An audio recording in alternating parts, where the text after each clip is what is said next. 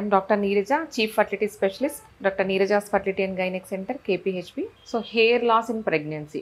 చాలా మంది pregnant patients complaint చేస్తూ ఉంటారండి. కొంతమంది హెయిర్ లాస్ ఉంది, ఏం చేయాలి, ఇది పర్మనెంటా, టెంపరరీయా, ఏమన్నా వాడాలా, ఇది కామన్గా అడిగే క్వశ్చన్ అనమాట. సో జనరల్గా ప్రెగ్నెన్సీలో హెయిర్ లాస్ తక్కువ ఉంటుంది. చాలా మందికి ఈ ఈస్ట్రోజన్ హార్మోన్ వల్ల ఏమవుతుందంటే హెయిర్ ఇంకా థిక్ అవుతుంది, థిక్ అవ్వడము, షైనీగా అవుతుంది, లస్ట్రస్ హెయిర్ అంటారు కదా, షైనీగా పెరుగుతుంది అనమాట చాలా మందికి. సో డెలివరీ తర్వాత లేకపోతే last 3-4 months of pregnancy, delivery తర్వాత ఆ ఈస్ట్రోజన్ తగ్గిపోవడం వల్ల చాలా మందికి హెయిర్ లాస్ కంప్లైంట్ చేస్తూ ఉంటారు. సో అది కూడా టెంపరరీ. ఏదైతే హెయిర్ లాస్ ఆ 3-4 months ఉందో మళ్ళీ రీబౌండ్ హెయిర్ గ్రోత్ ఉంటుంది అనమాట. సో ఈ ఎఫెక్ట్ అంతా డెలివరీ తర్వాత మళ్ళీ 6 to 7 months తర్వాత మళ్ళీ నార్మల్ హెయిర్ వాళ్ళకి ఎలా ఉందో అలా వచ్చేస్తుంది అనమాట.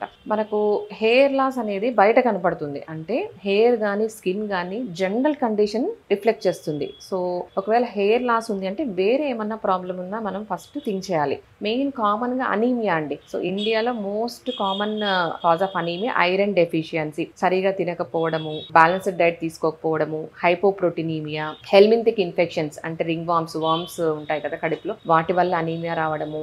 సో ఇవి కామన్గా మనము ఇవి ఎక్స్క్లూడ్ చేసుకోవాలి ఫస్ట్ హెయిర్ లాస్ కంప్లైంట్ చేయగానే. ఇంకొకటి థైరాయిడ్ డిజార్డర్స్ అండి, థైరాయిడ్ ప్రొఫైల్ పంపించాలి. సో థైరాయిడ్ డిజార్డర్స్ ఏదైనా ఉంటే కరెక్ట్ చేసుకోవాలి. ఇంకొకటి స్ట్రెస్, ఏమైనా వర్క్ స్ట్రెస్ ఉందా, ఇంకేమైనా స్ట్రెస్ ఉందా, అది ఫస్ట్ కరెక్ట్ చేసుకోవాలి. అంటే స్లీప్, సో అడిక్వేట్ స్లీప్ ఉండాలి. సో ప్రెగ్నెంట్ పేషెంట్ కానీ ఎవరైనా కానివ్వండి, adequate sleep, night sleep minimum 6 to 7 hours sleep ఉండాలి. అంటే proper hydration, proper diet, high protein diet, ఇవన్నీ తీసుకోవాలి. ఇంకొకటి ఆటో ఇమ్యూన్ డిజార్డర్స్, ఇంకేమన్నా ఫ్యామిలీలో ఆటో ఇమ్యూన్ డిజార్డర్స్ అంటాం కదా, అవి ఏమైనా రన్ అవుతున్నాయి, అవన్నీ మనం గమనించుకోవాలి. సో ఇవన్నీ ఏదన్నా ఉంటే మనము మొదలు కరెక్ట్ చేసుకోవాలన్నమాట. సో ప్రతి ఒక్కరికి అనేది హెయిర్ లాస్ ఉంటుంది. జనరల్గా ఎవరైనా తీసుకుంటే 50 to 100 hairs per day so loss ఉంటుంది అనమాట. ఒకవేళ ప్రెగ్నెంట్ పేషెంట్స్ లో ఎక్కువ ఉంటుంది, more than 200, more than 300 ఉంటుంది. సో హెయిర్ కూడా హెయిర్ సైకిల్ ఉంటుంది. సో హెయిర్ ఒకవేళ హెయిర్ ఉండే హెయిర్ 2 to 3 months తర్వాత అదే ఫాలికల్ లో కొత్త హెయిర్ వస్తుంది. సో కొత్త హెయిర్ వచ్చి పాత హెయిర్ ని పుష్ చేసేస్తుంది అనమాట. సో ఎవ్రీ 3-4 months కి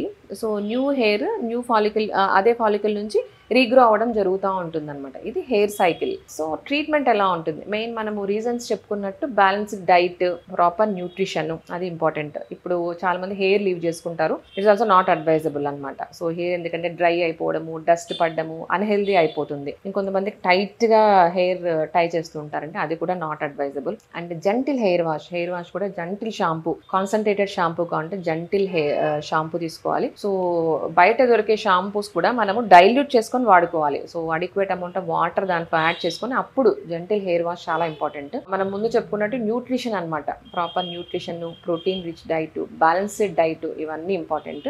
and first correct HB, haemoglobin తక్కువ ఉంటే మాత్రం కరెక్ట్ చేసుకోవాలి. Iron supplements, folic acid supplements, B12 supplements, ఇవన్నీ చాలా ఇంపార్టెంట్ అనమాట. ఇంకోటి బయోటిన్ సప్లిమెంట్స్, జింక్ సప్లిమెంట్స్, ఇవన్నీ పేషెంట్స్కి అడ్వైస్ చేయొచ్చు. ఇంకొకటి ప్రాపర్ వైటమిన్స్ ఇస్తూ ఉంటాము. అండ్ ఇంకొకటి థైరాయిడ్, సో ఆల్రెడీ చెప్పుకున్నట్టు థైరాయిడ్ డిజార్డర్స్ అయినా, థైరాయిడ్ ప్రొఫైల్ ఏదైనా అబ్నార్మాలిటీ ఉంటే ఫస్ట్ అది కరెక్ట్ చేసుకోవాలి. సో హెయిర్ లాస్ ఉందని ఏం టెన్షన్ పడక్కర్లేదు, అదంతా టెంపరరీ అండి. మళ్ళీ వాళ్ళకు రీబౌండ్ హెయిర్ గ్రోత్ ఉంటుంది. సో ఇట్స్ ఆల్ ప్రెగ్నెన్సీలో ఏదైతే ఇది హెయిర్ లాస్ ఉంటుందో అది టెంపరరీ. Thank you.